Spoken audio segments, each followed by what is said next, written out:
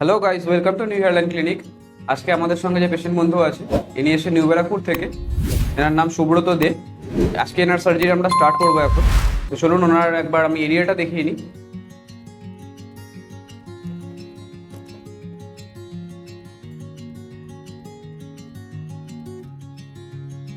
তো দেখে বুঝতে পারছেন আপনারা, হেয়ারলাইন যেটা আছে সেটা অনেকটা রিসিড করেছে, দুটো কর্নার অনেকটা ভেতরে ঢুকে গেছে।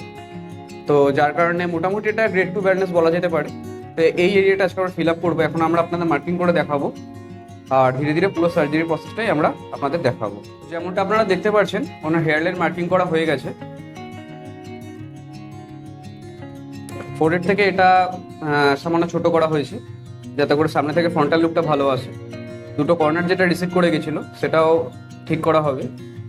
আর যে লাইন রয়েছে এখান থেকে হেয়ার লাইন, তারপরে জিগজ্যাগ লাইন হলে পরে তো সামনে থেকে লুকসটা ওনার একদম ন্যাচারাল লাগবে। এবার আপনাদের আমরা পুরো সার্জারিটা আপনাদের দেখাবো।